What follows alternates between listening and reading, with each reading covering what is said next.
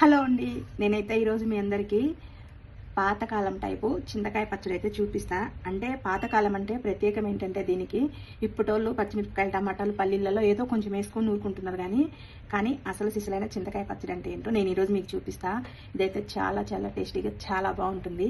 మీరైతే వీడియోని ఎక్కడ స్కిప్ చేయకుండా వీడియో మొత్తం చూస్తేనే మీకు తెలుస్తుంది. ఓకేనా? దానికోసం అయితే ముందుగా మనము ఒక 100 గ్రాముల ఎండుమిరపకాయలు అయితే తొడిమిలు తీసి పెట్టుకుందాం.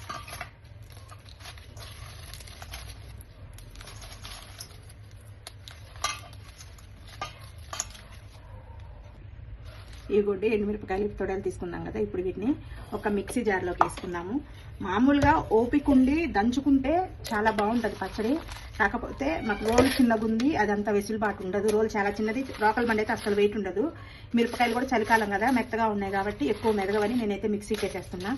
ఇంకా దానికి తోడు నేనైతే బయటికి వెళ్ళే పని ఉంది, తొందరగా అవుతుందని చెప్పి ఇక అన్నీ కలుపుకొని నేనైతే మిక్సీకి వేస్తున్నా. ఇదిగోండి, మిక్సీ జార్ అయితే ముఖ్యంగా పెద్దది తీసుకోండి, అన్నిటికంటే పెద్దది. ఎందుకంటే మనం చిన్న సైజ్ అయితే ఎక్కువ మెత్తగా పట్టుకుంటే పచ్చడి అంత బాగోదు. ఇగో కళ్ళు వేస్తున్నా నేనైతే. ఇది ఒక గుప్పెడు ఉప్పు చూసేసుకోండి, ఎందుకంటే ఆల్రెడీ చింతకాయ తొక్కులో ఉప్పు ఉంటుంది కాబట్టి ఉప్పు చూసేసుకోవాలి. ఇప్పుడైతే దీన్ని కచ్చా పచ్చగా మిక్సీకి వేసుకుందాం. చూసారా, మిక్సీకి వేసుకుందాము. ఇప్పుడు ఇందులో టమాటాలు వేద్దాం. కారు టమాటాలు అయితే 5 టమాటాలు తీసుకున్నా. వీటిని వెయిట్ ప్రకారంగా చూస్తే నాకు తెలిసి ఒక 1/2 కిలో అయితే ఉంటాయి. 100 గ్రాముల పచ్చిమిరపకాయలకి ఎండుమిరపకాయలకి 1/2 కిలో టమాటాలు. ఇప్పుడు వీటిని ఇట్లా చిన్నగా ముక్కలుగా కట్ చేసుకుందాం. మరీ చిన్నగా అవసరం లేదు, కాకపోతే అది పెద్ద మిక్సీ జార్ కదా, పెద్ద ముక్కలు అయితే అందులో ఇరికితే మళ్ళీ మిక్సీ జార్ తిరగదని నేనైతే ఈ సైజులో కట్ చేసుకుంటున్నాను. మీకు ఓపిక ఉంటే మాత్రం మళ్ళీ చెప్తున్నా, మీకు రోల్ అవన్నీ వెసులుబాటు ఉంటే మాత్రం దంచుకోండి. మాదైతే రోల్ చాలా చిన్నది. ఇక నేను కూడా చాలా చేస్తున్నా కాబట్టి, ఎందుకంటే ఇది ఒక 1 మంత్ వరకు స్టాక్ ఉంటుంది, ఏ ఫ్రిడ్జ్లో పెట్టాల్సిన పని ఉండదు. డైరెక్ట్ పోపు పెట్టుకున్న తర్వాత మనకు 1 నెల వరకు నిల్వ ఉంటుంది, పాడవడం ఏమి ఉండదు. ఇంకా అంతకంటే ఎక్కువ కావాలనుకుంటే ఫ్రిడ్జ్లో పెట్టుకోవచ్చు. టమాటాలు కట్ చేయడం అయిపోయింది. ఇప్పుడు ఈ టమాటా ముక్కల్ని మిక్సీ జార్లో వేసుకుందాం.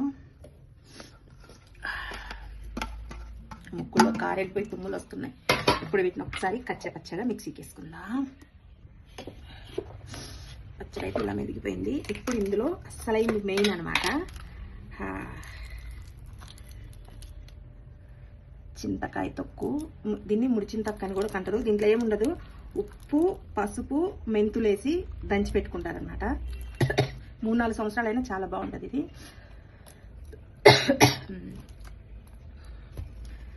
ఇప్పుడు ఇది అయిపోయింది.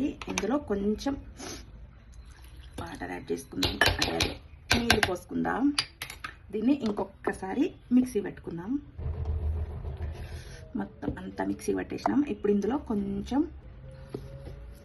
ఒక 5-6 ఎల్లిపాయలు అట్లా తిప్పినట్టు మిక్సీకి పెట్టేద్దాం. సరేనా? పచ్చడి అయితే నూరడం అయిపోయింది. ఇప్పుడు దీన్ని పోపు పెట్టుకుందాము.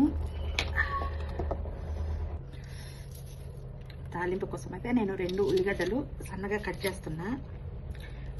వీడియో తీయడం మర్చిపోయినా, అందుకే మధ్యలో గుర్తొచ్చింది, స్టార్ట్ చేసిన. ఆల్రెడీ ఒక ఉల్లిపాయ కట్ చేసిన, ఇది 2వ ఉల్లిపాయ. ఉల్లిపాయలతో ఈ విధంగా కట్ చేసుకోవాలి. కట్ చేయడం అయిపోయింది. ఇంకా తాలింపు పెట్టేద్దాం పదండి. స్టవ్ మీద బాండి పెట్టేసి, ఇప్పుడే చెప్తున్నా, దీనికైతే నూనె కొంచెం ఎక్కువ పడుతుంది.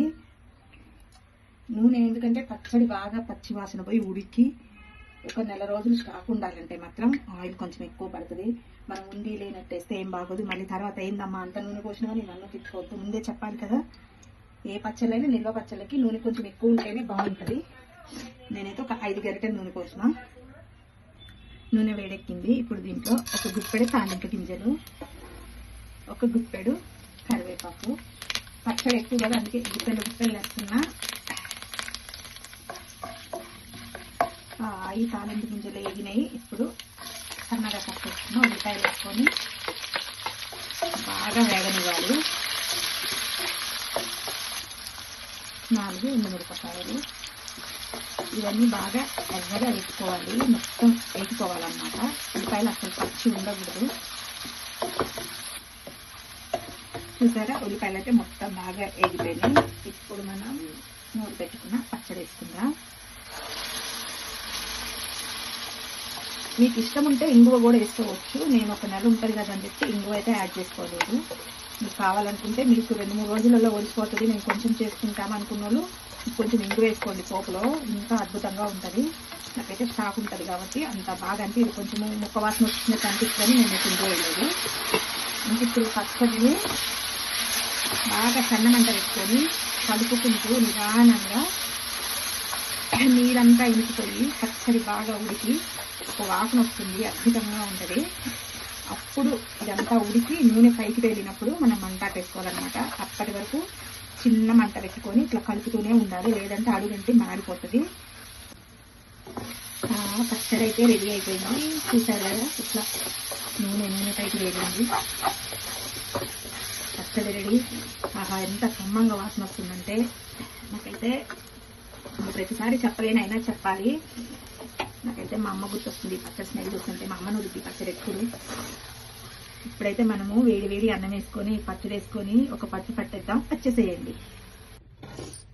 ఈ పచ్చడి నిజానికి వేడి వేడి అన్నంలో కంటే కూడా నైట్ అన్నం ఉంటుంది కదా, నైట్ అన్నం నీళ్ళు పోసి పెట్టుకొని పొద్దున్నే లేసి పిండుకొని ఆ అన్నంలో ఈ పచ్చడి వేసుకొని తింటుంటే ఆహా స్వర్గమే అనుకోండి. ఎంత బాగుంటుందంటే అప్పుడే బాగుండేది.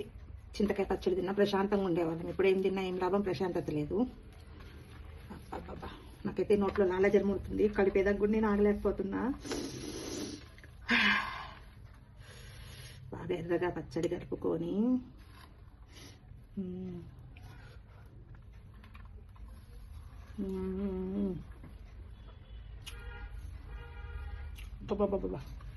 ఏముందంటే చచ్చిపోయి నాలుకలు వేసి వచ్చేసింది అనమాట, అంత కమ్మగా ఉంది. మీరు ఎంతమందికి ఈ పచ్చడి అంటే ఇష్టమో కామెంట్ చేయండి. అలాగే నా ఛానల్ని సబ్స్క్రైబ్ చేసుకోండి. ఓకేనా ఫ్రెండ్స్, బాయ్ బాయ్.